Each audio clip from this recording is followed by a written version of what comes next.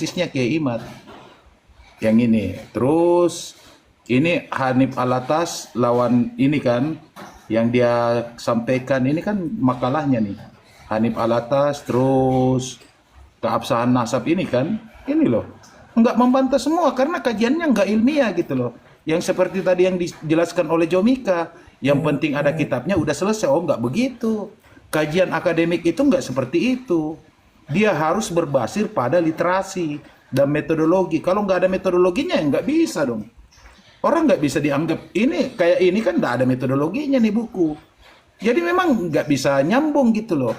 Orang kajiannya ilmiah tapi dipakai bukan kajian yang ilmiah yang nggak nyambung.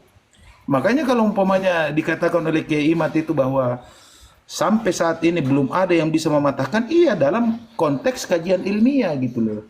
Emang nggak bisa karena metodologinya beda. Kita ini seorang ilmuwan, dia memaparkan itu dalam perspektif kajian akademik, bukan kajian tradisional di pesantren. Enggak, kajian akademik ini Kiai Imad. Jadi jangan salah loh. Ini udah banyak ini yang presentasi seperti itu. Tapi memang nggak ada yang bisa menegaskan bahwa apa yang dinarasikan Kiai Imad itu ada yang keliru gitu loh. Nggak ada yang keliru. Dan itu memang yang nggak bisa dibantah oleh para pembantahnya gitu loh. Itu. Makanya saya bilang, kalau kajian itu kalau istilahnya ya pokoknya sudah ada kitabnya udah. Tapi kita harus melihat itu kitab itu sudah terverifikasi enggak? Ya kan? Apakah itu istilahnya kitab itu otoritas enggak? Kan begitu. Orang memang beda kajian umpamanya di ranah akademik dengan kajian umpamanya bahsul masail beda. Beda itu. Ranah akademik itu harus butuh pembuktian. Pembuktiannya itu istilahnya yang mengkanter itu adalah kitab. Memang itu. Makanya dikatakan siapa ini yang dideskripsikan juga sama Kiai Imad itu yang punya literatur palsu itu kan? Bukan yang Rumel Abbas itu kan dia katakan Rumel Abbas bahwa dalam penelitian ilmiah itu kitab sezaman itu diwajibkan memang dalam penelitian ilmiah. Memang seperti itu. Tidak bisa kalau dia mengatakan seorang akademisi pasti dia tahu landasannya itu loh. Nggak bisa itu, nggak kita tahu. Kecuali memang kalau umpamanya kayak Bahsul Masail, metodologinya tersendiri. Tapi ini kan Kiai Imad sudah men-stressing bahwa ini sebuah kajian ilmiah berdasarkan produk atau metodologi kebenaran ilmiah. Dan itu yang tidak bisa dibantah oleh para penentang-penentangnya itu.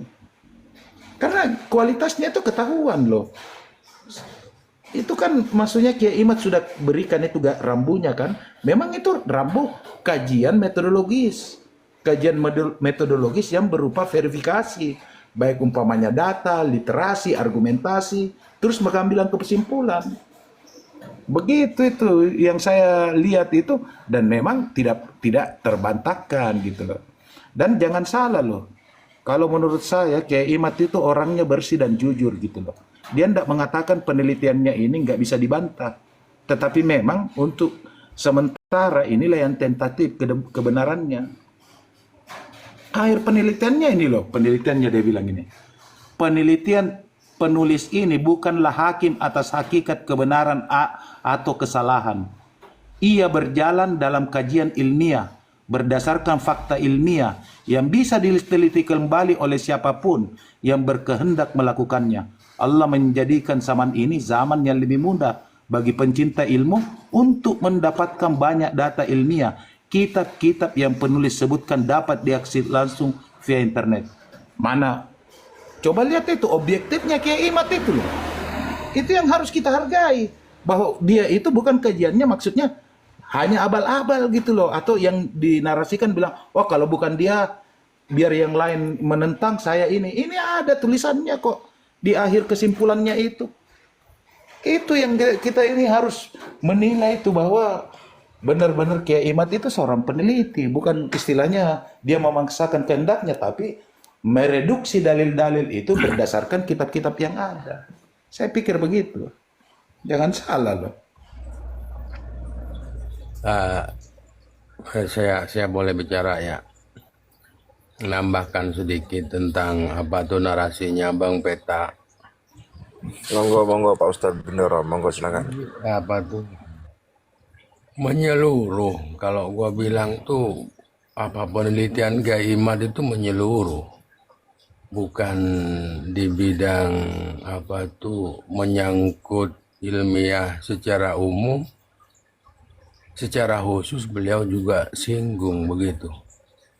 Pertama, dia menetapkan metode, dia berpanduan pada metode-metode tentang pendapat-pendapat ulama apa tuh untuk mendeteksi nasab ataupun menetapkan nasab. Beliau udah mengutarakan hal itu. Beliau juga berbijakan hal itu. Dan deteksi ilmiah secara umum yang saya maksud dengan logika apa itu yang diterangkan oleh Bang Peta barusan itu, dia juga memakainya begitu. Tentang kritik-kritik, kalau ada misalnya tuh di kaidah-kaidah nasab tentang penyebutan misalnya, kalau ada yang mengisbat saja itu sudah sah kan begitu. Itu dikritik juga oleh Kiai Iman. Dan memang yang paling kuat nih pendapatnya siapa tuh Az-Zabidi ya kan. Kalau memanglah itu kitab memang benar-benar kitabnya Az-Zabidi, maka apa ya, sebanyak dari kalangan santri itu akan otomatis mempercayainya. Tetapi ada pendapat lain. Ada ulama yang bilang bahwasanya itu bukan kitabnya Az-Zabidi. Kajian Kiai Imad menyeluruh teman-teman. Prospek di bidang pesantren yang memang mengacu pada dalil, beliau itu juga berpijak begitu loh. Dengan logika apa telisik apa itu secara muarikh, dia juga mentelisik begitu. Betul. Jangankan itu, Bang Bindoro. Andai kitab Abnaul Imam itu orisinil, selesai ini masalah. Selesai ini masalah. Karena ada yang melampaui keorisinalan As-Sajarah Al-Mubarak. Pak, Selesai nanti masalah. Imam Mahdi itu dari kalangan Pak Alawi. Jadi bikin kacau lagi nanti. Secara metodologis itu kalau umpamanya anggaplah ya, Abnaul Imam itu dianggap sebagai kitab yang punya orisinal, terus nggak ada interpolasi, selesai nih masalah. Selesai, betul. Iya. Ya, terus saya tambahkan ini Bang Peta, Bang Bindoro ya. Kita coba mencari benang merah dalam perspektif masalah ini. Tadi kan sempat disinggung oleh Ustadz Jomika terkait dengan Paki Mukodam. Kalau kita ditunjukkan data juga tidak mau. Bukan begitu persoalannya. Jadi gini, kalau kita tarik benang merahnya, kita coba tarik benang merahnya. Kita akuin bahwasannya persoalan Paki Mukodam itu merupakan bagian yang tidak terpisahkan dari persoalan nasab ini. Karena dia bagian dari keturunan yang disebutkan oleh Ali Asyakron ya.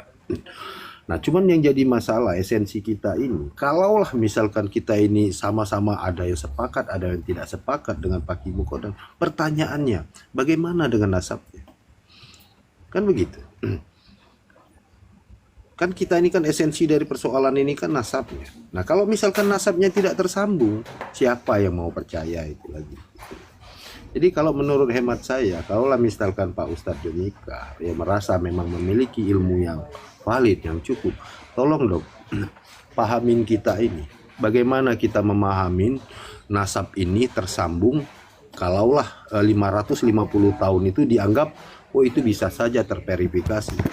Bagaimana kita mengukur itu 550 tahun dengan kita coba ukurannya itu seperti hari ini, siapa nenek moyang kita 550 tahun itu tidak bisa kita temuin. Nah, kembali kepada zamannya Ali Asyakron, bagaimana Ali Asyakron bisa menelusuri, menyusun keturunannya itu sampai Ubaidillah itu sampai begitu rapi tanpa ada catatan. Kan seperti itu. Nah, inilah yang kami ingin jawaban. Nah, kalaulah memang ini tidak ada, ya jangan salahkan kami untuk mempertanyakan, berbicara terus-menerus. Karena apa? Karena efek dari persoalan nasab ini sudah kemana-mana. Harus kita akuin, harusnya sebagai masyarakat. Kalau misalkan persoalan nasab ini udah diam, udah nggak ngaku-ngaku lagi, ya sudah. Dalam istilah hukum itu mungkin Bang Peta itu tahu artinya, maksudnya ectori incambit probatio, yang artinya itu siapa yang mendalilkan, Siapa yang mendalilkan, dia membuktikan. ya maka dia membuktikan. Nah sekarang kalaulah misalkan dia ini mengaku sebagai keturunan Nabi, ya kita minta buktinya. Mana? Apa jadi pegangannya? Apakah dengan kata-kata seperti yang kita perdengarkan ini kita percaya? Nah itu Pak Ustadz Jamil. Harusnya kita ini berdiri di posisi yang sama gitu. Kita loh Habib bukan orang biasa. Kalaulah memang itu berupa sebuah keyakinan, ya kita per-peran aja. Misalkan contoh seperti ini ya. Ada orang yang membela Habib, lalu menggunakan narasi saya mengikuti ulama-ulama terdahulu. Menurut saya itu apa ya? Tidak gentleman. Lebih baik ya sudah saya percaya, Anda tidak percaya ya sudah selesai sudah pembicaraan itu. Untuk apa kita berdebat? Karena kita tidak menggunakan prinsip kepercayaan itu kita pakai untuk mengakui seseorang. Karena memang ada datanya. Nah, data itu yang kita yakinin untuk mengakuin bahwasanya orang ini iya atau bukan. Ini makhluk atau iya, kan gitu kan. Seperti itu. Nah, kalau memang bisa dijelaskan ya monggo, kami tunggu gitu loh. Saya pikir Bang Peta, Ustadz Bindoro juga sama seperti kami ini, yang kawan-kawan yang lain menunggu itu saja. Kalau memang ada hujahnya monggo.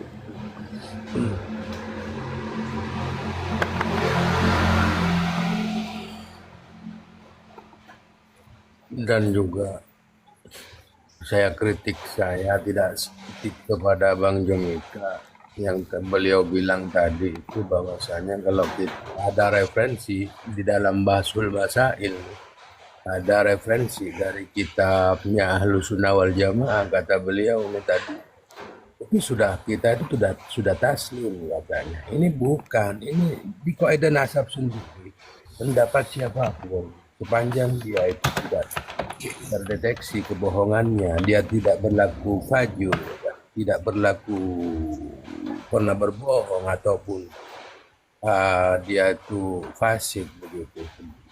Omongannya bisa dipercaya meskipun dia non muslim. Kabar dari dia itu bisa dipegang teman-teman. Apalagi masih firqah yang lain atau Syiah atau Wahabi. Boleh kita mengambil dari orang non muslim gitu. Sepanjang dia itu terpercaya. Misalnya ada non muslim mengabarkan bahwasanya Abdullah itu memang anaknya Muhammad bin Isa begitu. Yang mengabarkan tadi non muslim tapi dapat dipercaya. Ustadz Bindoro, coba kuburannya Ahmad bin Isa di Faisal itu tahun berapa dibangun? Katanya. Yang aslinya kan ada di Irak. Nah, yang itu Di Basra. Saya tambahkan ini Bang Bindoro ya. Bentar Bang, jangan ke situ Bang, karena kita tidak sudah santai-santai aja. Saya tanya sama ya, kita berbicara tentang Bahsul Masail. Yang kita pahami, Bahsul Masail itu memang menukil ya, dari catatan-catatan apa dari keputusan-keputusan yang berlaku dan diadopsi gitu. Pertanyaan saya satu, apakah ada sebuah catatan yang diambil untuk di Bahsul Masail kan ketika catatan itu dipertentangkan? Saya tanya satu, ada nggak itu? Saya belum pernah dengar ada sebuah catatan yang dipaksa untuk dimasukkan padahal catatan itu sedang dipertentangkan. Setahu saya tidak ada. Menukil dari sebuah hadis misalkan. Nah, hadis yang ditukil itu apakah bertentangan atau tidak? Ataukah tidak diributkan orang atau tidak? Kan seperti itu. Setahu saya itu tidak pernah ada catatan bahwasanya menukil dari satu hadis, tapi hadis itu bermasalah, dipertentangkan orang. Tidak ada di dalam Bahsul Masail yang seperti itu. Yang betul-betul memang diambil, dinukil dari hadis, tapi hadis itu diakuin secara validasi orang itu tidak ada yang menentangnya. Nah, ketika ada satu pertentangan ya itu kita jangan tariklah persoalan ini ke Bahsul Masail. Ini murni masalah nasab. yang memang kalau kita mau kita telusuri, semuanya itu bisa ada kok jawaban. Tidak perlu menggunakan kitab catatan hadis. Kita menggunakan literasi nalar kita aja itu bisa menjawab apa yang menjadi pertentangan sampai hari ini, kan semacam itu. Kita juga ikut membaca, menelusuri, semata-mata kita ingin cari yang benarnya gitu. Nah, kami keberatan kalau misalkan seperti orang-orang seperti kami ini dianggap orang yang memusuhi, ya salah besar. Mungkin kalau mau kasih lihat, saya juga setiap tahun ada di rumah saya didatangi oleh para habaib. Sekarang saja tidak ada, ya karena ada masalah ini. Mungkin saya sering bersuara, dia lihat saya gitu. Kalau dulu ya setiap tahun. Ini fakta. Kalau mau lihat foto-fotonya, nah, saya cari satu tuh ya. Kita nih, biar kita pair gitu. Kok saya nggak bisa nampilin foto ya?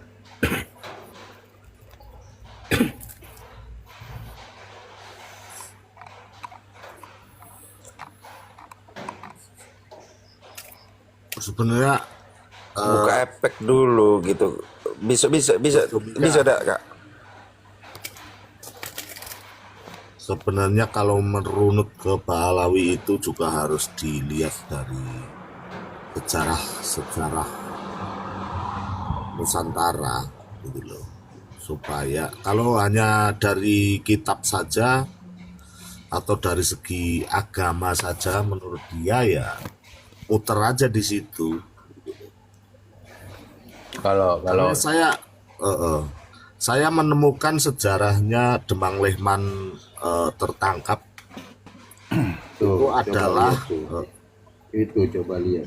Ini rumah saya. Setiap tahun saya itu sering didatangi seperti itu. Jadi kalau dibilang kita ini orang-orang yang tidak simpati, itu salah besar Pak Ustadz. Kita itu ingin mencari, dan perlu digarisbawahi, ketika kita berbicara tentang persoalan ini, bukan berarti kita membenci mereka, enggak.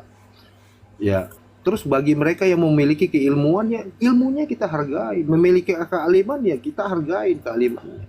Tapi ya kita hindarin ini, kita tidak mau bangsa kita ke depan ini terbodohi dengan hal-hal yang sebenarnya itu tidak benar. Gini teman-teman, enggak. Tadi saya sempat berpikir begini, ngelamun sendiri ya kan, kenapa gitu ulama-ulama kita itu tidak meneliti nasab Pahlawi itu dulu begitu. Dan saya punya itu perkiraan saya nih, cuma lamunan saya atau perkiraan saya saja, beginilah. Karena status nasab di Ahlus Sunnah wal Jamaah nih, orang yang berpaham di kelompok Ahlus Sunnah wal Jamaah nih, terutama di An-Nahdiyah, status orang punya nasab itu tidak dianggap nomor satu begitu loh. Apakah dia efeknya ya kan? Sementara Ahlussunnah wal Jamaah itu mengedepankan ilmu. Meskipun dia itu misalnya ngaku turunannya Nabi, kalau berlaku fajir atau memang dia tuh tidak punya ilmu, nggak bakalan diikutin sama umat. Jadi nggak bakalan ada efek efek buruknya kepada umatku nanti begitu mungkin ya, kata ulama-ulama kita itu ya kan. Begitu mungkin beliau berkata, tetapi ya kan pada kenyataannya akhir-akhir ini kita itu Ahlus Sunnah kita seakan-akan dipepet sehingga mirip-mirip Syiah, lalu dimasukkanlah doktrin nasab ya kan, sehingga kenyataannya seperti yang kita tonton di video-video tersebut ya kan. Mukibin sampai mencium kaki sampai sebegitunya, memuja-muja nasab meskipun seorang Habib itu tidak punya ilmu begitu. Itu bukan kita banget begitu loh teman-teman. Bukan Nusantara banget. Kita memperlakukan Duriyah, misalnya memang taruhlah itu memang benar-benar Duriyah. Itu Ustaz ya. Bindoro, nggak usah ngomongin Jomik itu susah. Coba kalau Habib itu nanti kena tulah gara-gara kelakuannya, nanti kalau dibetep masa, diberi sama masa, Ya kita ketawain aja, oke gas. Assalamualaikum warahmatullahi wabarakatuh. Waalaikumsalam warahmatullahi. Izin host, bicara host. Waalaikumsalam. iya, satu silakan. masalahnya itu saya kasihan sama pribumi. Bentar, Bang. Saya naik ini ya karena ada statement Bang Jumika ini loh tadi. Seakan-akan ini Bang Jumika mendiskreditkan pesantren secara tidak langsung. Ini kan berbeda Bang Jumika. Kalau Bang Jumika barangkali ya, seandainya ada guru Bang Jumika atau kitab Bang Jumika yang dibuat menyatakan air laut manis, Bang Jumika tetap menyatakan manis. Tidak begitu juga di pesantren. Ini kan yang terjadi dengan pikiran Bang Jumika.